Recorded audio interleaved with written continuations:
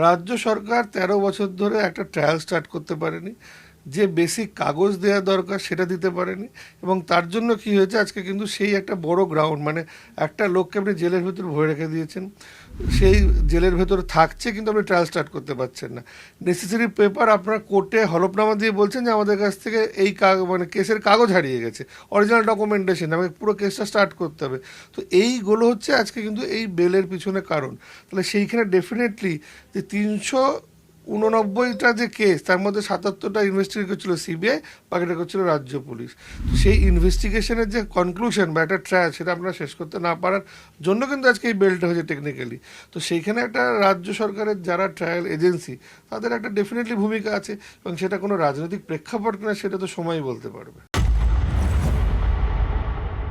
Trial সম্পূর্ণ করতে না পারলে পরে বেশি দিন একটা মানুষকে আটকে রাখা যায় না, এটি ভারতবর্ষের সাংবিধানিক আইন।